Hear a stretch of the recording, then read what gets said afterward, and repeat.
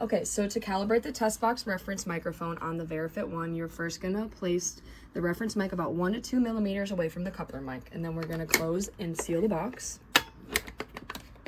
And then we'll click tests, and then we'll do test box measures, and then we'll click calibrate, and then click calibrate.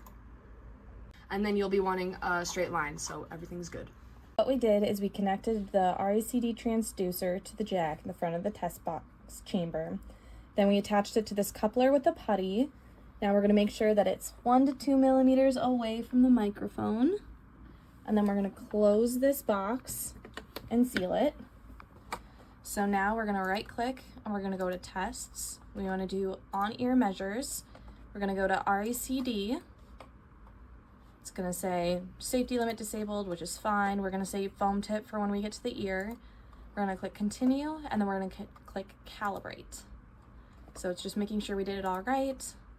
And then we're going to wait till this stabilizes, and then click continue. And that's calibrating the RECD transducer.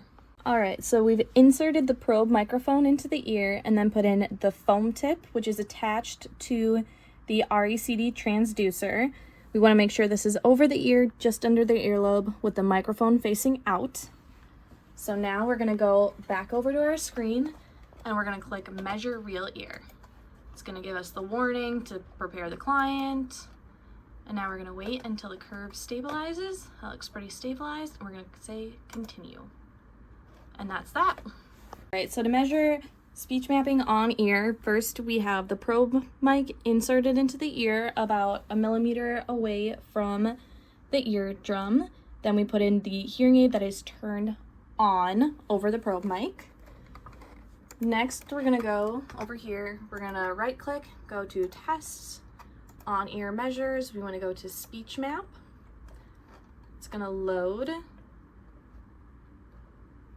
And then it's gonna take us, it's give us the warning, but it's gonna take us here. So we have all of this correct. All of this is set up. We have our thresholds in. And now we're gonna go click the first test. A carrot is a long reddish-yellow vegetable which has several thin leaves on a long stem and which belongs to the parsley family. Carrots are grown all over the world in gardens and in the wild in the fields. A carrot is a long reddish-yellow vegetable which has several thin leaves on a long... A carrot is a long reddish-yellow vegetable. So now that we've done speech mapping, we can see that our targets for 4 through 8K are pretty meeting the mark, which is great. 3K, they're elevated, so we're gonna wanna reduce that. And then 250 through 2K is not meeting targets, so we're gonna wanna increase the amplification to meet those goals. All right, so like we said, our 3K was a little boosted. So here in Phonak Target, we're gonna turn that down just maybe 1 or 2 levels. And then everything from 2K and below is not meeting targets, so for each input. So we're gonna wanna boost that up a couple levels here.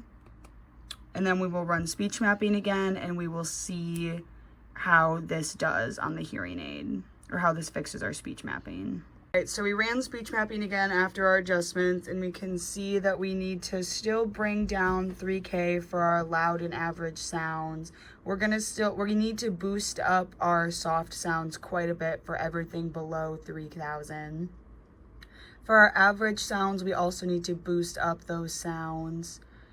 We need to boost up those frequencies. And then for our loud sounds, we again need to bring down 3,000, and it looks like 500 and 1,000 are pretty good, so we just need to boost up the frequencies around 1,000. So we'll do that in Phonak, and then we'll be right back.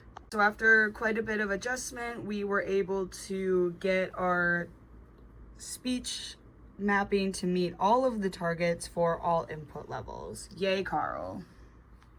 Okay, so to calibrate the test box reference microphone on the Verifit 1, you're first gonna place the reference mic about 1 to 2 millimeters away from the coupler mic, and then we're gonna close and seal the box. And then we'll click tests, and then we'll do test box measures, and then we'll click calibrate, and then click calibrate. All right, so now we're gonna measure speech mapping on the test box. So we have the receiver connected here with the putty and sealed off. The hearing aid is on. We make sure that it's in this T of the crossbar zone, and then we want it to be 1 millimeter to 2 millimeters away from the microphone. So that all looks great. So now to run speech mapping in the test box, we're gonna right click, we're gonna go to tests, test box measures, we're gonna go to speech map. It's gonna load.